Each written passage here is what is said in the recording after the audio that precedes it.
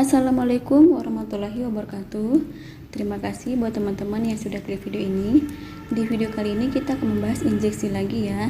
Setelah kemarin kita membahas injeksi intravena, kemudian intrakutan, kemudian juga intramuskular ya.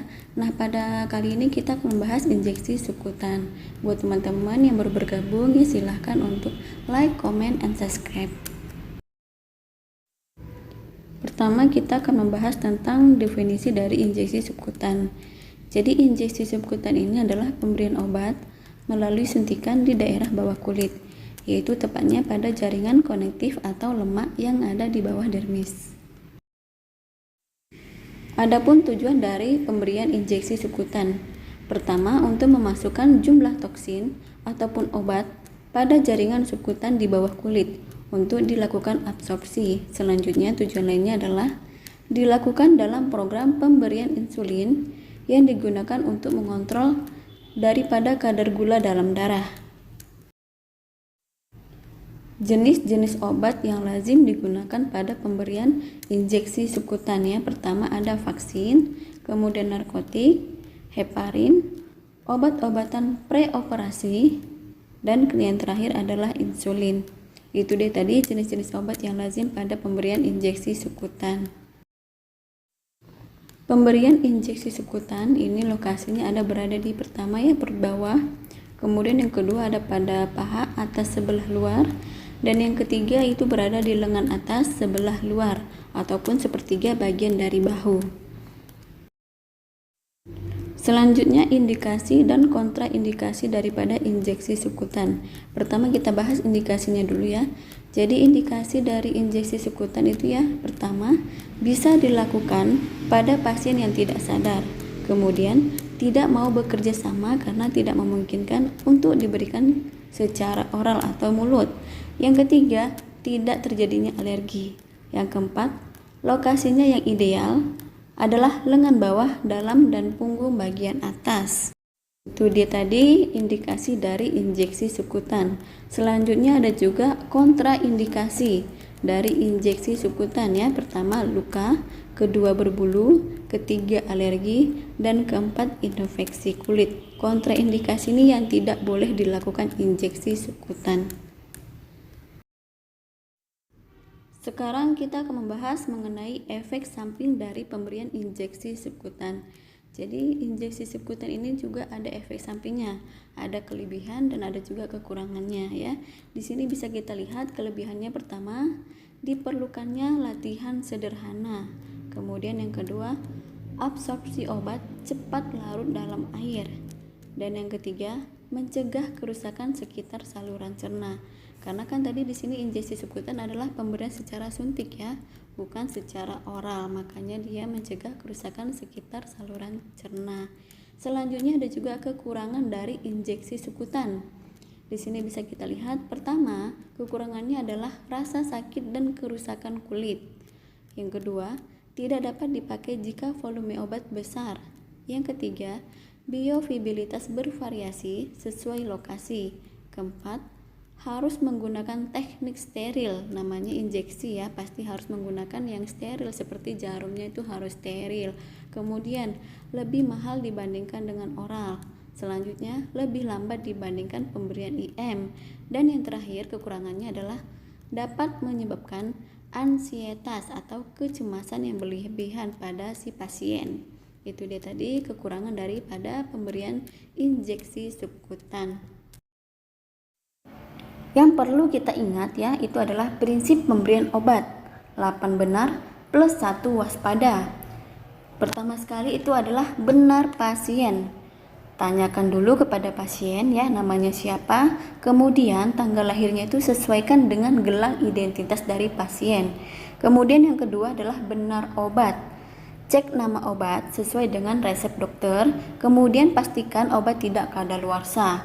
Yang ketiga ada benar dosis. Jadi kita lihat dulu jumlah satuannya, misalnya mikrogram, miligram, atau gram. Kemudian yang keempat itu adalah benar waktu. Lihat frekuensi pemberian, apakah pagi, siang, ataupun malam. Selanjutnya yang kelima adalah benar rute. Identifikasi rute dan cara pemberian, apakah secara oral, apakah secara IM, IV, intrakutan, atau lainnya. Nah, yang keenam, ada benar informasi. Berikan penjelasan mengenai tindakan yang akan kita lakukan pada pasien dan juga jelaskan fungsi serta efek sampingnya. Yang ketujuh, benar respon. Pastikan obat yang kita berikan itu menghasilkan respon yang sesuai dengan apa yang diharapkan dari pemberian obat tersebut. Yang kedelapan, yang terakhir itu adalah benar dokumentasi.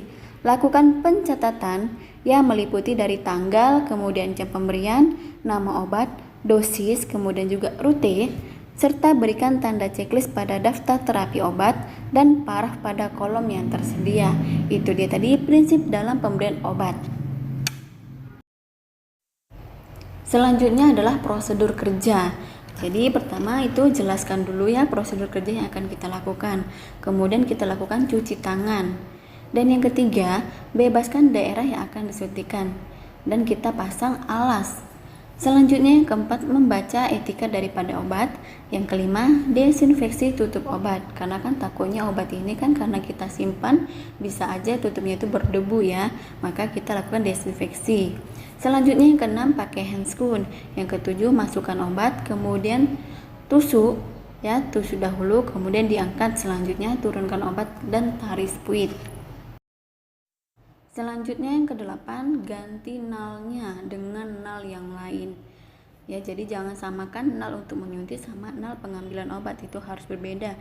Yang kesembilan, buang emboli ataupun udara dengan cara mengeluarkan sedikit obat, atau bisa juga menyelentikan speednya. Yang ke-10 itu speed taruh di bak instrumen ya, kita letakkan di bak instrumen. Kemudian yang ke-11 lakukan desinfeksi kepada daerah yang disuntikan, yaitu 3 jari di bawah sendi bahu dengan kapas alkohol.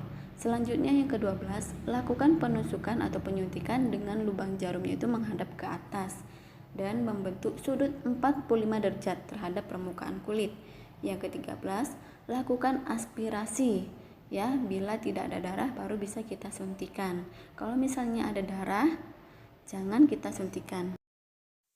Yang ke-14, tarik spuit dan tahan dengan kapas alkohol. Yang ke-15, kita lakukan desinfeksi spuit yang telah kita gunakan dengan larutan klorin sebanyak 3 kali, di mana yang terakhir itu kita masukkan larutan klorin ke dalam spuit dan tutupnya. Selanjutnya kita keluarkan tadi ya air klorin itu untuk membersihkan daripada tutup spuit. Yang ke-16 itu spuitnya kita setelah lakukan desinfeksi bisa kita letakkan pada safety box. Yang ke-17, jelaskan pada pasien bahwa tindakan sudah selesai. Yang ke-18, bersihkan pasien dan juga alat. Selanjutnya yang ke-19, bersihkan handscoon yang sudah kita gunakan. Selanjutnya yang ke-20 adalah cuci tangan 6 langkah kembali setelah melakukan tindakan. Yang terakhir, melakukan dokumentasi dengan mencatat prosedur pemberian obat dan juga respon pasien. Lebih lengkapnya teman-teman bisa saksikan video berikut ini.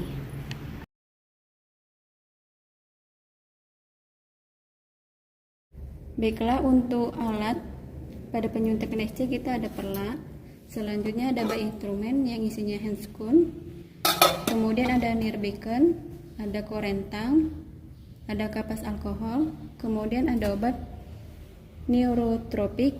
Selanjutnya di sini ada spuit 3 cc, kemudian ada nal ukuran 23.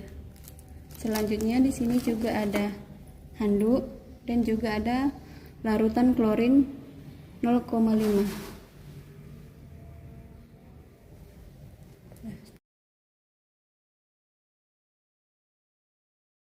Dalam melakukan penyuntikan SC, kita akan melakukannya pada 3 jari di bawah akromion atau siku pasien dengan 45 derajat, dimana lubangnya ini kita arahkan pada di atas ya, sedikit ya Bu. Kemudian kita lakukan aspirasi untuk mengetahui ada darah atau tidak. Jika tidak, kita lakukan penyemprotan. Selanjutnya kita langsung dep.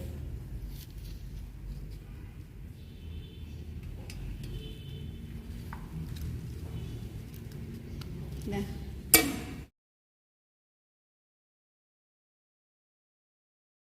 spit ke dalam sampah medis, maka kita akan membersihkannya ke larutan klorin.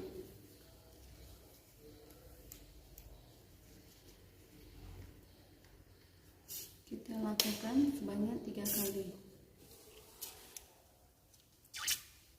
Kita lakukan sebanyak 3 kali.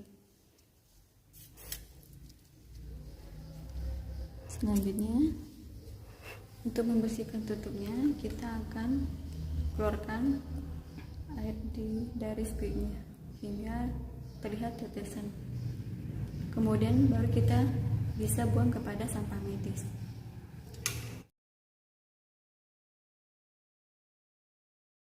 Terlebih dahulu dengan larutan klorin.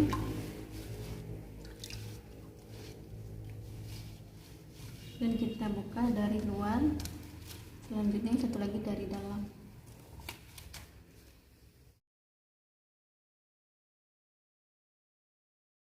Baik Ibu, penyuntikannya sudah selesai. Semoga Ibu cepat sembuh ya. Kalau misalnya ada pertanyaan, Ibu bisa hubungi saya Bu ya. Iya Bu, terima kasih Bu.